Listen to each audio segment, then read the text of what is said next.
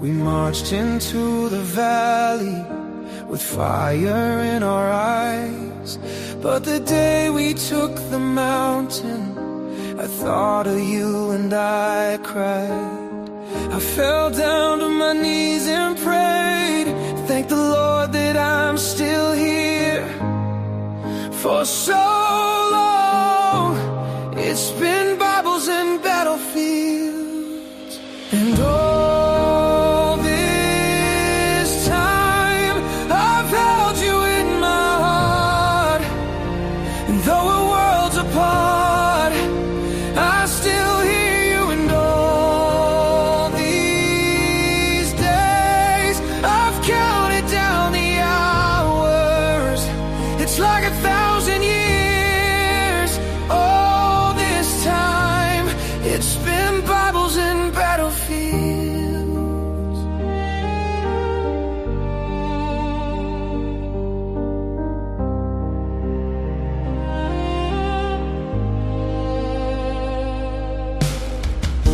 If there's a silver lining to this endless hell, it's the hope that one day this war will end.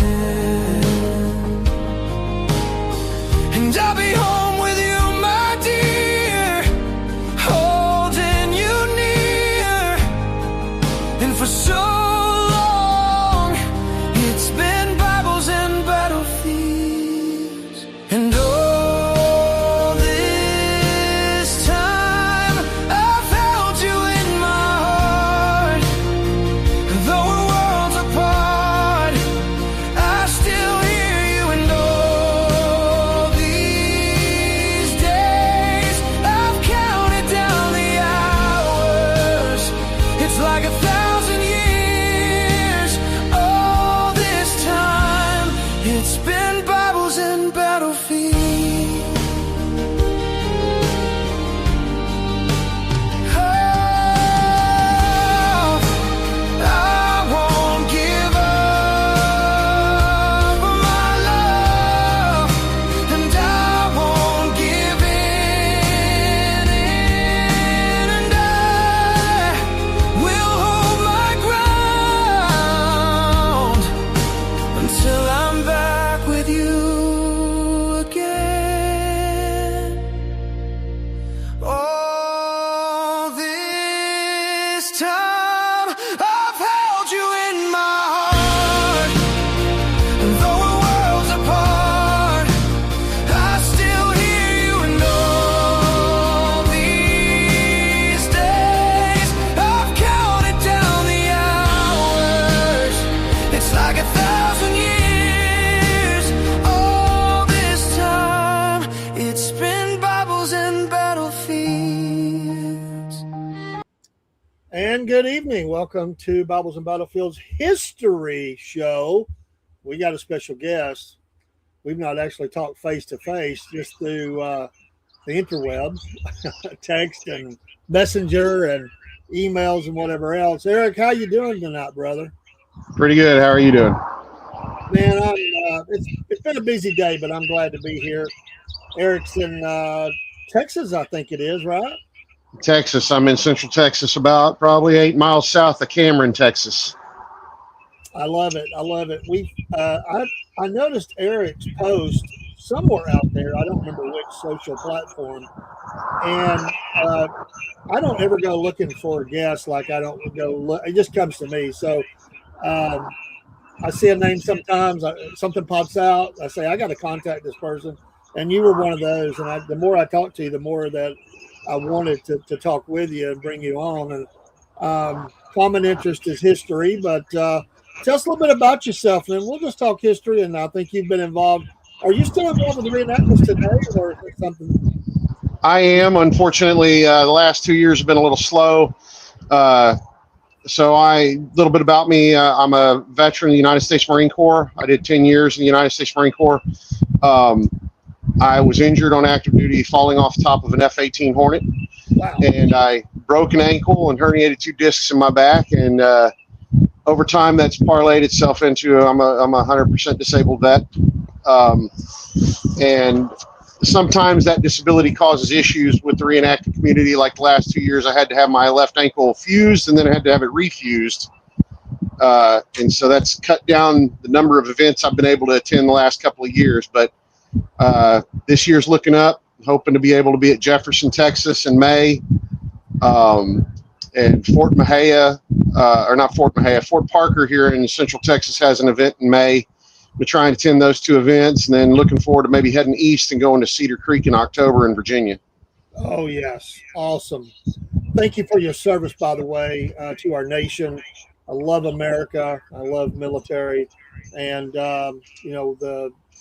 all the toil and sacrifice that's, keeps us free, especially our Marine Corps. And God bless them. I'm praying for all the soldiers on those ships over there right now. So hopefully they can all get home safe.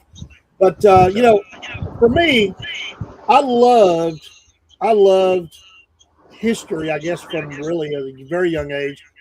I very early on started reading a lot about the war between the states, and I didn't have anybody to nurture that. It was just there was nobody around me. I did have an uncle who took me to I guess it was kind of like a history tourism kind of shop, and he bought me some fake Confederate money one time. And I had that stuff for years, and it just sort of kept helping me along, to think back and the division between our nation. And we had family in the South, family in the North. And so, but I gotta wonder, I gotta wonder how many reenactors their love for the Civil War and their initial interest in the Civil War started with that fake Confederate money. Yeah. I mean, I can still remember that today. And it looked like the old parchment paper, it was really cool. And that was in Florida. He had moved to Florida. We went down for a visit, and he took me there and bought it for me. And I played that stuff for years. My dad, for Christmas, because he saw my interest, he bought me a plantation house with soldiers on both sides, cannons and all that. I played with that. I was just a little kid. But years later, I really had I read quite a few books, but I kind of got away from it. And then I worked with a guy, and he just come along, and he just nurtured that. He was a reenactor. We started digging and doing research, and it just took off from there. So how did that for you? Did you get this love of history, especially Civil War history? Well, so my father was also a United States Marine. His last 3 years on active duty ended up being my first 3 years on active duty. So with my dad, we traveled all over the United States. We spent the first half of his career on the East Coast, and then moved to the West Coast for the second half of his career. And in doing that, my dad, loving history, we would go to battlefields. We would go to historic sites. We would go check those things out. And you're a kid and you're looking at a cannon and a plaque, and it's kind of interesting, but it doesn't put a face to it. Well, my dad, I couldn't have been in maybe the third grade. We were based in Marine Corps Base, Albany, Georgia, and a good friend of his that was also a Texan was heavy into Civil War reenacting, and convinced him to go with him to a reenactment at Andersonville, Georgia. It was the first year they put the Andersonville, Georgia reenactment on. Wow. And hold on one second. It's about to get a little loud. Buddy, go in the house. Go in the house. Give me a hug. Go in the house, buddy. I love you. My next generation reenactor right there. I love it. They're all well. So anyways, I ended up sick the day of the reenactment. So my mom put her foot down and said we could not go, and said we were staying home. So my dad and his friend, they rode their motorcycles to the reenactment, did the reenactment for the day, and then they rode home. And when they got back, they decided to come by the house, and they knocked on the door and told my mom to bring us out. And we got to see my dad and his friend in these Confederate uniforms with these old muskets and the gear. And that was my first exposure to reenacting, to what reenacting could be, or to putting a face to that history where those cannons and those plaques had been. Yeah. And it was enamored after that. It took me way more than it ever took my brother. And I always said I was going to do reenacting one day. Boy, I could kick myself over the pictures of me and some of the sorry excuses for uniforms I tried to put together back in those early days. I wouldn't be seen standing next to myself now. But you learn. I think you learn over time. And if you get in with a good set of living historians that teach you what to look for, the right ways to reproduce it, the right ways to try and at least make it look period to the time. Yes. It helps you grow your persona over your time in reenacting. And I got out of the Marine Corps in 2002. Into May of 2003, I was walking through a local event in Belleville, Texas, and the 11th Texas Dismounted Cavalry happened to be a demonstrator at the event. I met these guys. They took me under their wing. They offered to let us come out to a school of soldier they were having in June. So we went, and my stepson and I went, and I managed to get a lady that was a seamstress my aunt knew to sew us up a couple of uniforms out of some old gray Navy blankets that I had from active duty. And she sewed us up some uniforms, and we went to that School of the Soldier, and I've been a member of the 11th Texas ever since. It's grown. It's gotten smaller. It's changed. The colonel that we had at that time passed away from cancer around, I want to say around 2012. And I took over the unit as the colonel then at that point, and I've been the regimental commander for that group ever since. We took 22 soldiers and 6 civilians to the 150th anniversary of the Battle of Gettysburg. That was probably our largest event we ever went to as a group. Nice. We're down to the point now where we've got 7 or 8 active members that show up at events. And that depends on weather. It depends on the economy, because right now everybody knows the gas prices are in the toilet. I love President Trump. I think what they're doing overseas right now is absolutely something that should have been done 40 years ago. But it definitely pinches the pocketbook on the economy and makes things a little bit harder to afford. And I've got 4 kids and a wife and a farm, and sometimes I put the pen and paper together, and I'm like, well, we'll have to sit this reenactment out this time, boys, because it's just not going to make it work.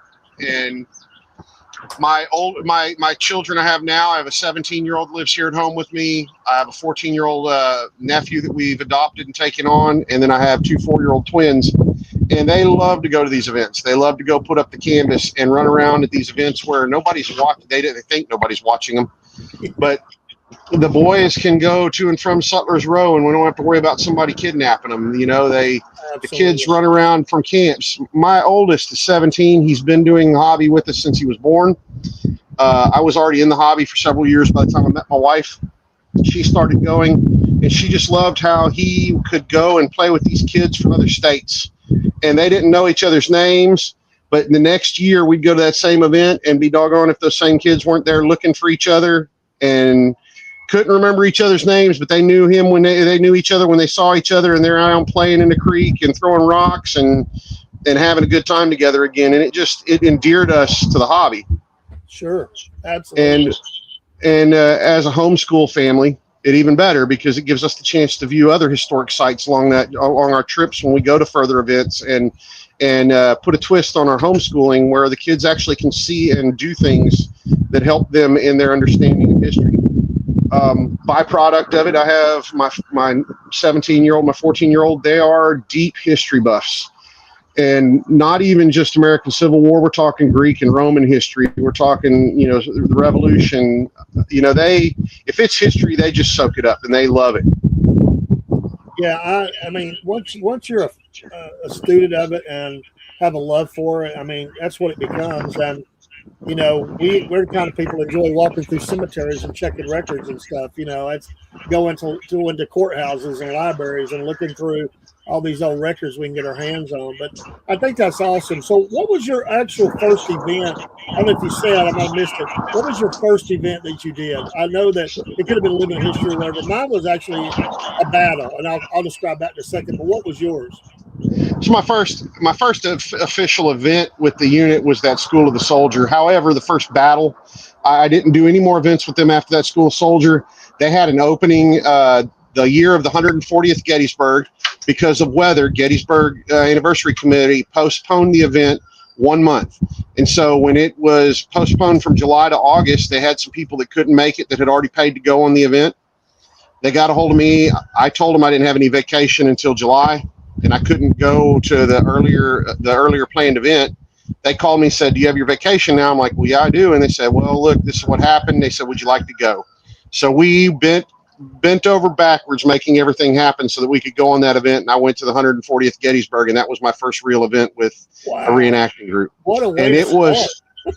I'm telling you, I think it was a benefit having come directly out of the Marine Corps. They ended up utilizing me as a corporal during that event because so many of their younger reenactors weren't understanding of what it was to be in a unit. And here I was, it's my first event on the line. I had people that thought I'd been there all along. And I actually had the honor of using a 69 caliber Belgian 1842 musket that actually had a service connection to Gettysburg. And the gentleman that loaned it to me, he didn't have enough of another rifle to loan. He said, "You can use this one. It's an original, but be careful because it only has a single cock. It doesn't have a half cock on it." And I remember going through the inspection line, and when they inspected it, they looked at me, and the guy inspecting me was a Marine Corps Master Sergeant that was there reenacting. And he looked at me and says, "You know, it doesn't have a half cock." And I said, "Yes, sir, I do." And I explained the story with the rifle and showed him the paperwork we had on it.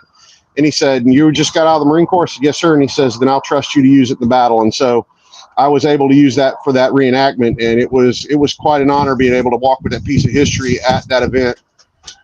Man, so, I can't even imagine what that felt like. And we know people that's never done it. I mean, it's just something about it. I mean, you just can't, because you're touching history and you're retelling the story, you know. My first one was Resaca. I'd not really done an event. I did about a 2-hour drill getting used to this thing. And for some reason during the practice session, my footwork never got exactly right. So it was a Saturday battle. It was a guy, he just showed up for the event. Me and him didn't jihad too much because I didn't like the way he was talking to me, but I knew it was for safety, but he was making it personal. But a guy finally showed me and I got it. But it was when we were lined up to go out, because you couldn't see the battle the way they brought you in, and I could hear all the cannon and I could hear all the muskets going. I'm telling you, I know my knees were shaking because I was like, wow. I mean, it takes you back. I mean, we could see nothing modern. And the night before, or Friday night, we stayed Friday night. We heard a train come through. We couldn't see any modern things at night, all the campfires going. And I remember the colonel of the group said, boys, this is what it was like, 140-something years ago, whatever it was then. It might have been about 140. But it just takes you back. And the smell of that English tobacco kind of going through the camps. And it's just amazing. And I was hooked. And I got to do several events. I haven't done any in years, but just other things I was busy with. But I do love it. I love, I've done living histories. I've been able to do those on national parks. I've been a part of battles. I was in a great group. And I think for me, besides just seeing what it was a little bit about what it was like. I know it's not even close, but a little bit what it was like. For me, is seeing a kid light up when you put your hat on their head, or you let them hold your weapon or whatever. You can see that kid. He is instantly, or she, they are instantly all in, and that's what it's about for me. I had an experience. I have 2 experiences with children that sticks to me to this day. Other than my own kids, of course, watching them go out and then enjoy it and do it. My 17-year-old has gone from being that 8-month-old kid in camp to being a toddler tied to a rope so he didn't get too far away, to being the corporal of our unit and being in line with adults that were listening to him tell him what to do. And he's been a corporal on line with the infantry at Cedar Creek for 3 years in a row. Wow. And they all thought that he was over 16 years of age, and they didn't care. They said, you know what? He knows his stuff, and he's good in the line. They said, we'll listen to him any day. That's awesome. And to watch him bud like that was always good. But the 2 children that really touched me, one was a handicapped young man in a wheelchair. He was vocal, but he could not. He had a caretaker. He had to use a toggle to move his chair and all that. And he was so enamored with reenacting and so enamored with history, all full of questions. And I was talking to him, and I just got down on my knees, and I was having a personal talk with him and everything. And he was like, man, this is I'd love to be able to do this one day. And I said, well, it's important that you can be out here and be part of it. And he got to sit around a campfire with us and everything. And I gave him I had a Marine infantry bugle on my cover at the time, and I gave him that infantry bugle, and he just cried. He was so glad to have that piece. and I ran into him a few years later, and he still had it tagged on his wheelchair, where he's showing everybody. The other one was a young black boy that we had been at a School of the Soldier at one of the events we put on here in Texas, and he was coming in with his teacher, and he was being pretty arrogant and pompous, and he kind of, I asked him, hey, I need you to pay attention. And it's like, what do you know? I was like, name somebody in Black history that you look up to. And of course, it caught me off. He said Tupac Shakur. And I mean, I was expecting maybe somebody like Martin Luther King or something. He said Tupac. And I said, okay, Tupac. I was like, I said, what has Tupac done for the Black community? And he couldn't answer me. And I said, look, I was like, there's other people in history, like Martin Luther King or like Frederick Douglass or Harriet Tubman. I said, those people are people that deserve better consideration because they did grand things for the Black people at times where it was jeopardy for them. And here's a guy in a Confederate uniform explaining this to him. And he wanted to know more about Frederick Douglass. I sat down and we talked for a long time about who Frederick Douglass was and what Frederick Douglass chanced to suffer for the time period that he was in and what he tried to do to help with his race. A year later, when I was at that same School of the Soldier, a young man comes walking up to me dressed as Frederick Douglass. And he's like, sir, I bet you don't remember me. And I looked at him and I remembered him right off the bat. I was like, I remember you. I said, well, Frederick, it's a pleasure to know you. And he looked at me and he says, I want to thank you, but I want to introduce you to my father. And his father come walking over, and his father was also dressed as the older Frederick Douglass. Oh, wow. And his dad thanked me. He says, my son and I, we rarely talked about anything. He says, we rarely had anything in common. And he came back with these pictures and telling me how this guy in a Confederate uniform explained who Frederick Douglass was. And he's like, I didn't put a whole lot of context to it until I got on the websites and started looking. And he says, and I started learning. And he said, and then my son came to me and says, Dad, I want to do what they do at reenactments, but I want to portray this guy. And he said him and his son started putting the kit together to where they both portrayed Frederick Douglass at different periods in his history. That's cool, man. And that meant a lot to me that I was able to start them as a father and son down that road of being able to do that. Yeah, we were doing a fundraiser dressed in Confederate, and we had flags and we had uniforms, and we were taking pictures, making them look old-timey. And I had a guy, he was standing off the side. He was a big guy, really big. And he was a little shy and hesitant. And I said, would you like your picture? I wasn't even going to charge him. I was just going to give it to him. And he said, no. He said, that's okay. I said, are you sure? He said, well, I'd like to, but I doubt you have anything that will fit me. I said, you let me worry about that. I said, we've got all kinds of outfits here. I said, I'll tell you what, I'm a master at making this look like whatever we want it to look like. I said, we will have things around you. You're going to be holding my rifle. He said, I can hold your gun. I said, sure. So we put flags. We put him a jacket on. We turned him a certain way. He looked like he was stepping off the line, back in 1862. Yeah. He looked at that, and I gave it to him, and he said, he went to pay me. I said, there's no charge.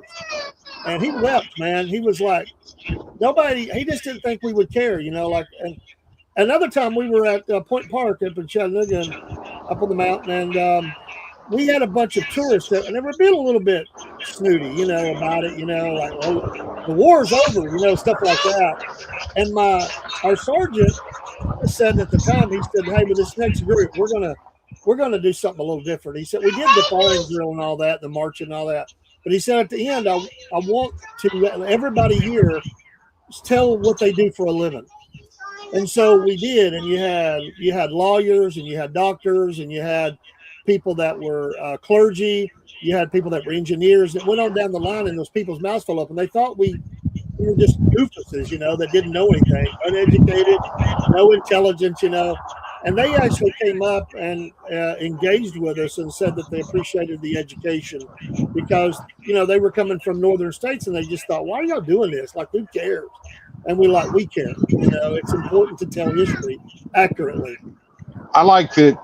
So for veterans, I find as a veteran, we look for that camaraderie that we're missing when we get back off of active duty or come out of the military. We're looking for the brothers that we had, sisters that we had. We're missing that setting up and doing those military things that we don't get in the civilian world. And we rarely understand folks that have never served in the military. We have a hard time with that transitioning out of the military. And I have found in my time in reenacting that a lot of veterans that end up in reenacting, that's one of their common ground, their reasons for getting into it so heavily is that for them, it gives them that outlook again. It gives them that point of reference in the regular world, that for a weekend they can step back into a uniform and step back into that point, into that type of mindset, and it's clear to them.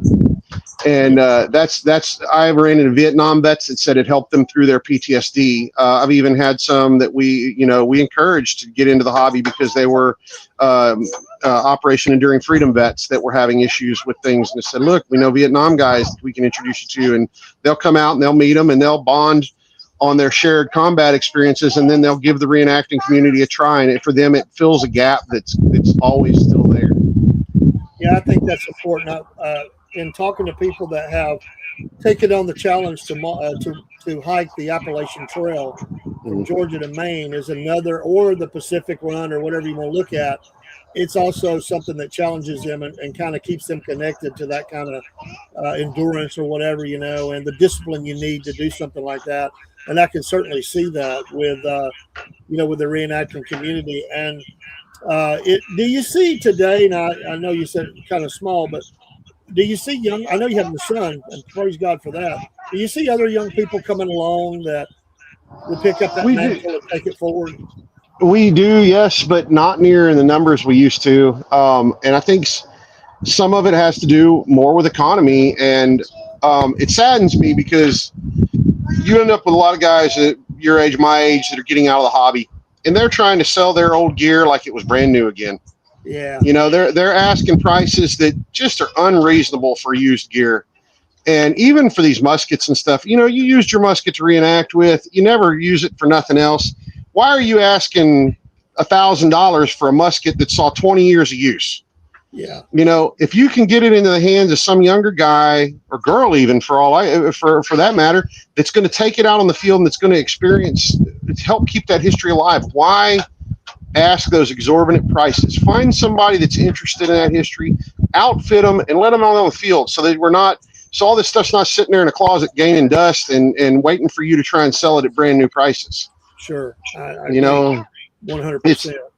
It's horrible. I can't tell you how many times I've also had reenactors in the past, and their families will come to me and they're wanting to sell this reenacting gear that their loved one had, like it's antiques. And I'm like, these are reproductions. I was like, I understand they mean something to your family because they belong to this individual, but you have to understand these reproductions. To an average individual, they don't have that value. Yeah.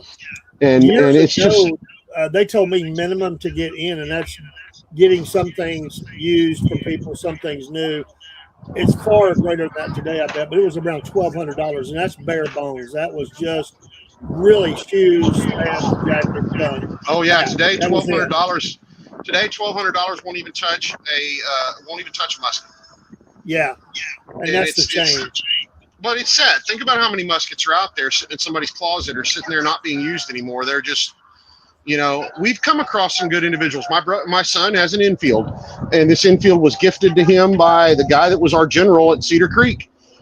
He got to know Christian over the years as he grew up, and watched him go from being a 5-year-old in camp to when he was a 14-year-old, 15-year-old wanting to walk in the line, and showing him that he knew the stuff he needed to be on that line and earned his place.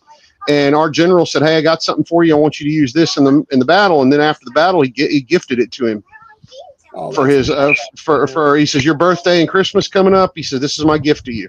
And he gifted it to him. And that's what you should see more of, I think, is when you have older people that are leaving the hobby, you've got things that you can encourage these younger folks to come into the hobby and have. Why hold on to it with such steel grip and trying to, you're not going to get that kind of money out of it anymore. No. When you first started in Gettysburg, that's amazing that you were there, and it may have happened there. When was the first time you had that moment when you're in the middle of a battle and it was like you felt like you were there? Like everything became about the battle, and it just took you back. Seeing the elephant, whatever you want to say. That's amazing to see that happen and to feel that happen. When did that happen for you? I've had that happen actually more than once, and I'm glad it still happens sometimes, because I was told early on that, well, you'll be one battle in all your reenacting history that'll come alive and be real for you, and you'll see the elephant.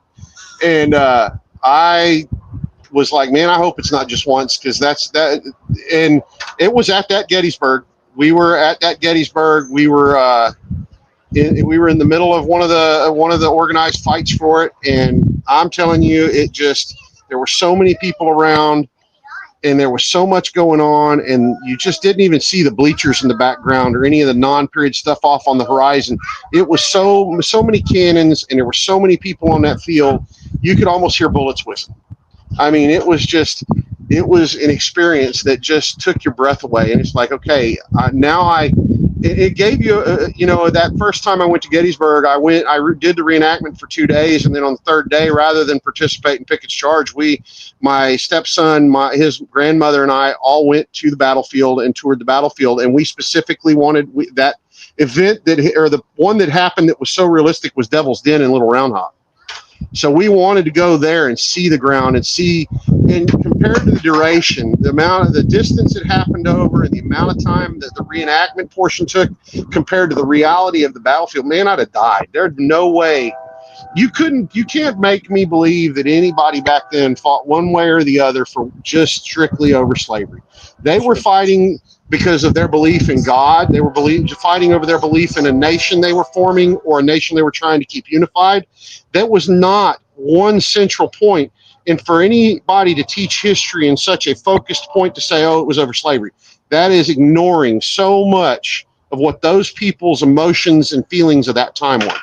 Sure. And that's why this program is called Bibles and Battlefields, is that faith was such a huge part of the battles. And in a way, because of the massive amounts of death and injury, and there were so many young men coming to faith, and they were attending church services. The chaplains had a huge role. They prayed. I mean, General Lee on down, he was trying to ensure that there was regular church. Hey, I'm gonna mute my side for a few minutes, because I got a train about to pass me by. Yeah, you're good. You had so many different people that were taking the time to minister to these young men. And in 1864, it was the Great Revival in Dalton, Georgia, and there were more people there were not enough churches. They were having outdoor meetings as they stepped off from that, 100 days of battle, because it was such a part of it. And you read all the stories from both sides. You can read the incidents of the Christian Coalition, and you read the Southern histories about the clergy.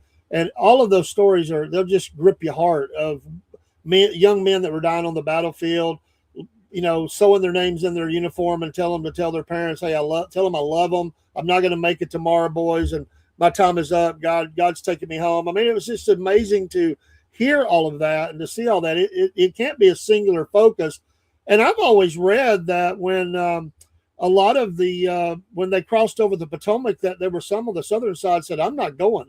You can put me in jail, shoot me, I don't care. I'm here to fight for Southern rights and states, and I'm not invading the North. I'm not going to do it. And I heard they threw their guns down. I don't know in what numbers they did that, but they weren't happy that we were crossing over the Potomac, because they said it's in defense of. And I just appreciate all sides of it. I mean, you have an economic side. You certainly have. It became a part of it because they made it a part of it.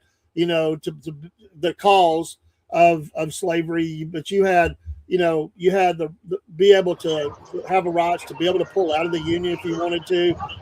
All those issues were going on, and of course, westward expansion. What would those states be? The balance of power. It always goes back to power and money, anyway. But these young men from these farms and women, there were some that served. They stuck in, but they were committed to preserving their farm, their life. They didn't want people here that was telling them, coming and stealing from them or whatever. So yeah, it's not just one thing. It never was about one thing, but that's what has become the teaching point for all schools, which is sad. I think that, so researching, I have ancestors that fought for Georgia. I have ancestors that fought from Kansas. One ancestor anyways. I have ancestors that fought from Texas. And I think it's most unique to me is that my ancestor that fought from Texas, he left here as a 14, 15-year-old boy. He was mustered into the 2nd Texas Infantry. He was a member of the Wagons Fly Train. And at the second day of the Battle of Shiloh, they had lost so many troops on that first day of battle, he was taken off the wagons and put into battle. And you can't tell me that a 14, 15-year-old kid from that time era that leaves Texas and has to walk, ride a wagon, maybe what little train traffic they had, did that all strictly for one reason. He didn't know one way or another whether he believed in slavery. He didn't know whether he believed in the economics at the time. For him, he looked at the ancestors. He had older brothers that were killed at the Battle of the Alamo. He had older brothers that had fought and been wounded and at the Battle of San Jacinto. He was the last child of 15. Wow. And he was born the year that the Texans won their independence from Mexico. So for him, he'd heard these stories growing up, and it was a chance for him to participate in something historic. Yeah. And that was, I think, a lot of the young people at that time. We do some living histories around this area. We did one at the library here a few months back where we talk about the aspect of children in that war and what the differences are from now, what we expect of children to what a kid of that time era was expected to be. Absolutely. Hey, Barry, good to have you on here tonight. Thanks for dropping in. And our guest, Eric, and we're talking Civil War times and reenacting and all that good stuff. And we're going to run out of time here in a few minutes. Now, I hope you'll be able to come back with us because I'd love to dig in and talk about some of the history of the war. And we'll continue. I'd love to continue the discussion, but I don't want to take up all your time. But just are you good for 5 or 10 more minutes? Are you good for that? Or do you need to go? Yes, sir. No, okay, I'm good. So when you first do you have, besides your own immediate family, do you have anybody else that in your family that ever went into the reenacting community, or was it just you and your children? And no, I've dragged some in, sometimes kicking and screaming, but I have an adopted brother that did it with me for a couple of years. He prefers more of the biker way of life, and gotcha. he still every once in a while talks about maybe coming back and doing 1 or 2 events with us, but he did it with me for a couple of years. My own brother has done a couple of small events with me to give us an extra person on the line to help us. His son, my nephew, actually did it with me from about the time he was 11 years old on. He went to Shiloh, the 145th Shiloh was his first event. And for him, he found a uniqueness in the fact that our grandfather had been there. And he participated in the hobby with me until he was 18. And then, the way so many young men at the time, they get to 18, they start getting into girls and they getting into doing other things. And they go, his last event that he did with us was the 150 Gettysburg. And he did that one with us. And that was pretty much his last big event. His sister, she participated for a while with us also in the events. I've had a cousin that's come out and be a part of it. Now he's got 3 kids and a wife and never has any time. But while he was going to college at UT, he came out and participated with us on weekends and would go to events just to give him something to do that didn't cost him money running around Austin. And so I've spread it out, and I've shown the knowledge of it throughout my family. As far as actually full-blown reenactors, I don't have anybody that still does it other than my own direct family. But it's at least I got that out there, got them to see it or be a part of it and experience something different that they may have never had the opportunity to experience. You mentioned the Sutler Row earlier, and I absolutely love going to Sutler Row. It was great, and it's been many years since I participated in battles. But what is your favorite when you have Sutler Row? What does you and your family like to visit the most?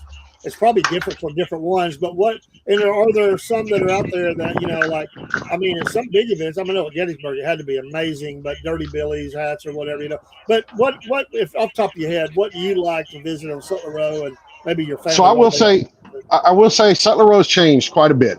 I mean, the days of having The 140th, 145th, and the 150th Gettysburgs, those sutler rows were massive. I mean, 6, 7, 8 rows of tents that stretched, 500 yards and had people from all over the nation with their sutler setups there selling different wares. Those were always kind of cool because you got to see so many different sutlers from so many different applications, whether it be ladies or children or just knickknacks or antiques, woodwork. You got to see so much stuff. One of my all-time favorites, and if they're still in operation, I sure hope this plug brings them some business. Pop Jacks. They're out of, I believe they're out of Missouri. They do period sarsaparilla and root beer and drinks like that, and they sell them in a pop cork bottle. And man, that was if Pop Jacks was in an event, that made the event. Wow. They would. I mean, I've still got bottles laying around from having bought these bottles and from them and what they have, a green apple jack they called it. Man, that stuff was awesome. It was real refreshing too on a hot day. And if you saw Pop Jacks in an event and you were excited, you're like, yeah, this is good stuff. And there's lots of other sutlers that Mercury Sutler used to be a big one here in Texas. Tom and Thelma have long since gotten out of the hobby. They've retired and moved on to grandkids and other things. We were sorry to see them go, but we understood. I mean, he'd gone from being a reenactor to being a long-term sutler. He had helped with the movie Gettysburg. He was just somebody that was well entrenched in the hobby, and it was sad to see him go. I remember James County Mercantile was another one we used to love to see at events. I haven't seen them too much at events anymore, but they used to come out and they sold a variety of different stuff. And I remember he had a book because it compared pictures from that time period with modern day equivalents of those clothing. And it was amazing. You don't think about the color that existed at that time because everything was in black and white the way it was photographed. Yeah. And there were bright colors and mercantile colors and things like that we don't consider when we look at it. And it's just, and then also a big difference in the Army of the Trans-Mississippi to the Army of the East, and in the difference they were able to clothe themselves with and things like that. Sure. Probably a lot more civilian mercantile type stuff in the West. So it was definitely eye-opening to see some of that stuff and to know which sutler you could rely on for certain things and stuff like that. I will tell you, you talked about the pop. I had this idea once for a fundraiser for cancer and also to really highlight reenacting. And so we set up a sutler at a Relay for Life event. And I got in touch with a local winery. I went and got some bottles. They donated the bottles. I bought the corks. I cleaned them up. We found a label that we could use of a soldier smoking a pipe, put it on there. And we created it out of different things that we bought, just this really good blend of lemonade. And we called it Confederate. And we sold that stuff. And the colored bottles sold the best. I mean, if you had a red or a green or something, the clear, they were like, okay, but I'll still buy it. But they wanted those colored bottles. We sold that for $3 each, and we donated everything, and $1 for a refill. And people would come up, and I actually got donated years ago from Jack Daniel's Distillery. I got actual kegs donated to the event. I had 4 of them, and they'd walk up and they'd smell that booze, and they'd say, "What's in this?" We'd say, "We can't tell you." We just had so much fun with that. It was great. And one thing, and I know that they're looking for. I saw an ad. They're asking landowners here for 300 acres. They want to do the Battle of Chickamauga, so I know that's on the horizon to come. But I would love to go to that one. Yeah, they're working on it. One of the things that was high for me was just the greatest thing was I was able to be at the reburial of the Hunley crew, and that was an amazing event. I guess that would be for me. I didn't get to go to Gettysburg, but I did get to do that, and that was pretty doggone amazing. Maybe we'll have to talk about that next time. Barry says my biggest event was Chickamauga in Georgia, but I did Resaca, Tunnel Hill, and a few out of state, Tallahassee, Alabama, and Olustee, Florida. Yeah, Barry, and he's a student of history, does a lot of research, and thank you, Barry, for that. And we're blessed to have a lot of battlefields in the area. My last question for you, because I don't want to keep you too long, and I do hope you can come back. What is the unit you portray? What is unique about that unit that maybe is a little different from other units in the presentation to be historical? Because I'm not familiar, and you'll educate me. What is it? Is there something, a color scheme or something that is unique to that unit? So the 11th Texas was formed as a pre-war U.S. Cavalry Reserve, Guard detachment. It was called the Third U.S. Texas before the war, and it was based in the Forts Chain here in Texas. They were disbanded and reorganized as the 11th Texas when the war broke out, and people from those three companies of what was the Third U.S. Became the 11th Texas, and they took those trained personnel and they feathered them out between all the different companies of the new 11th Texas to train the new people. There's been some speculation they were in a combination of federal gear because the large stores that were captured out of Corsicana and San Antonio at the time, and they were outfitted so quickly, a lot of what they wore may have been federal early in the war. As well as some early State Guard, which was a commutation brown wool with black piping. Yeah. And so that's pretty much the look. But one of the things that sticks about it is they didn't surrender. Majority of the 11th Texas, basically they captured a Union supply wagon towards the end of the war that had paroles in it. They forged their paroles and they left. They refused to surrender. They forged their paroles and they came home. They were actually sent and rerouted to go try and escort Jefferson Davis to Texas. When they heard he had been captured, they forged their paroles and left. Amazing. Didn't know that. That's awesome history. Jess Berry, Hood and Granbury commanded many Texas units in Georgia. There was a big Texas detachment here. The internment of the Huntley crew and marching the parade from Charleston. Yes, and I was in. I didn't know you were there, Barry. It was only about 80,000 of us marching, so there were 5 members of our unit that went to that.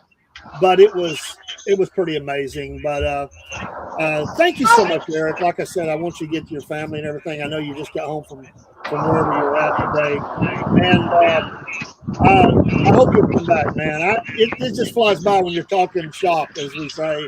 And yes, sir. I try to do the history show every week. You're always welcome back. And go be your family. God bless you, brother. Thank you for your service. And keep on sharing that history, man. God bless y'all, and you take care too. And I'd be glad to come back anytime. All right. All right. Take care. We'll drop you down so you can get out. If that Take little care. boy wants to say hi, let him say hi. We're good. Oh, it's my daughter. I hear him. Say hi. Say hi. Wave at him. Hold on. So that's my oldest. That's my corporal. There you go. Hey there. We'll have to get them all on here, brother. Hey, they're all welcome. All right. Take care. All right. Bye-bye. Hey, Eric Johnson, I appreciate him coming on. And he's an hour behind, so he was getting home from being out, and we were able to fit it in, and I appreciate it. We've been talking on and off for several months, weeks, and if not weeks, a couple of months. We've been trying to arrange time and just get to know each other. You invite somebody on they don't know, like, what are you up to? What do you want? And just love to talk history. But each week, and I try to do it. I try to do it on Tuesdays. Sometimes it's Wednesdays, depending on what's going on in my life. But we try. Wednesday or Thursday. But we've been really busy lately with a lot of Thursday programming. So Wednesday's probably the better night for it, and music show on Tuesday or something like that. But I have to spin them around. But give us a follow, and you'll see the shows pop up. If you have a love of history, Bibles and Battlefields. We've been doing a look at the Chickamauga battlefield. We got a little bit more left there, then we'll move on to another one. And we appreciate you tuning in. Barry, God bless you, man. It's good to see you. And keep history alive. Keep history alive. And we'll get off of here. We'll be back on later. I've got a couple of shows coming up. But thanks for being here. And we'll play you another period top song called The Girl I Left Behind. Take care. We'll see you next time. Salute. God bless America.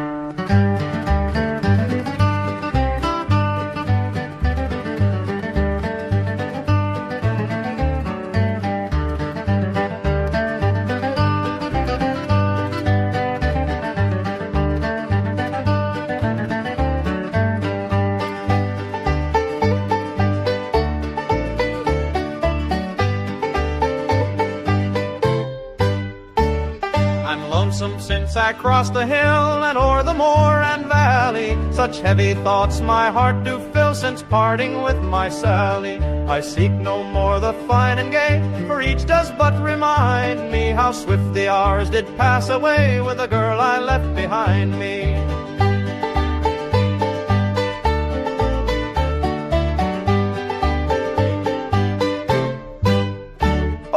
Ne'er shall I forget the night the stars were bright above me, and gently lent their silvery light when first she vowed to love me. But now I'm bound to Brighton camp, kind heaven, then pray guide me, and send me safely back again to the girl I left behind me.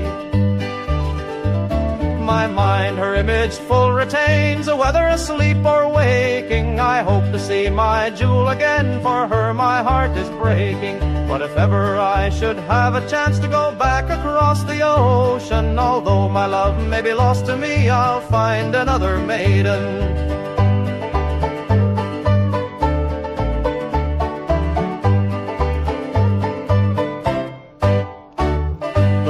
Shall honey taste no more, the dove become a ranger, the falling waters cease to roar, ere I shall seek to change her. Each mutual promise faithfully made by her whom woes betide me, and true the last that loves me well, and the girl I left behind me. The brigadier commands the right and guard the ford and river. The main guard charged to attack, the flanking party shiver. The man who wears the stars and stripes, and in the field they find me. I will lay down my life and die for the girl I left behind me.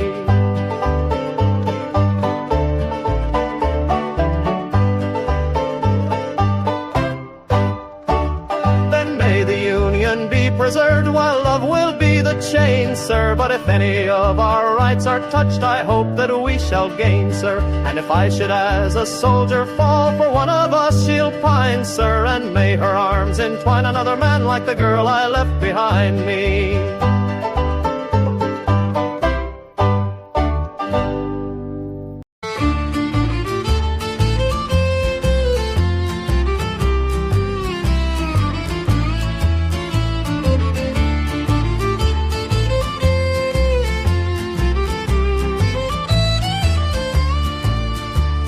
Early in the morning on the 19th of September, our army set out from Clemore's Cove.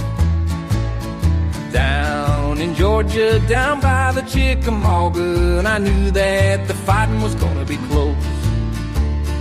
Down by the Chickamauga, by the Chickamauga, down by the Chickamauga, we saw our boys laying in rows.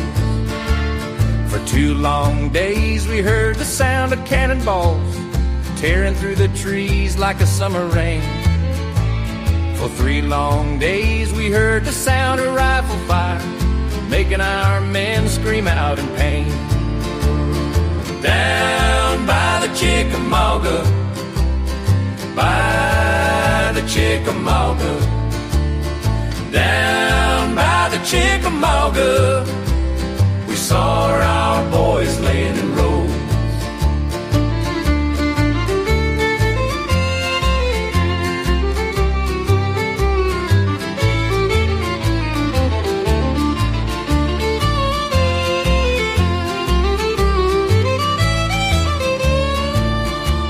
Now when the smoke cleared, there was thousands laying dead.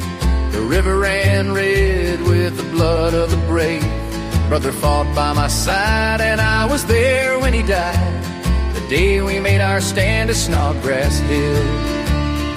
Down by the Chickamauga, by the Chickamauga, down by the Chickamauga, we saw our boys laying in rows.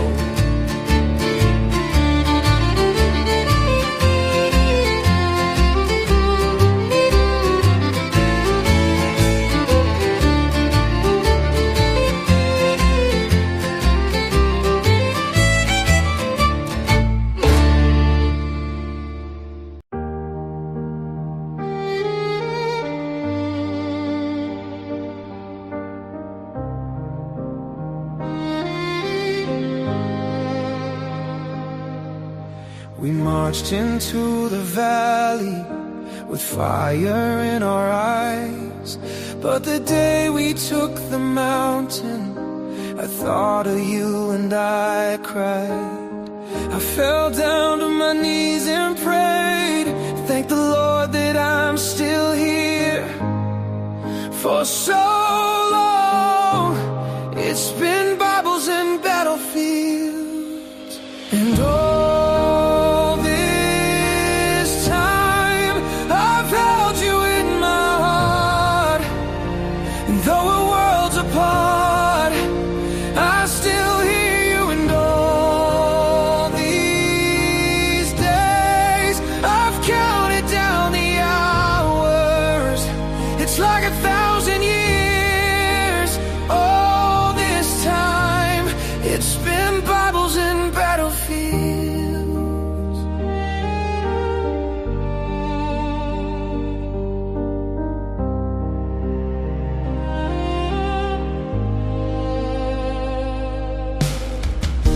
If there's a silver lining to this endless hell, it's the hope that one day this war will end.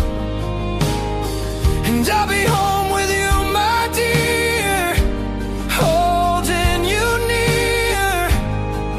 And for so long, it's been Bibles and battlefields. And all this time I've held you in my heart. Though we're worlds apart, I still hear you. And all these days I've counted down the hours. It's like 1,000 years. All this time it's been Bibles and battlefields.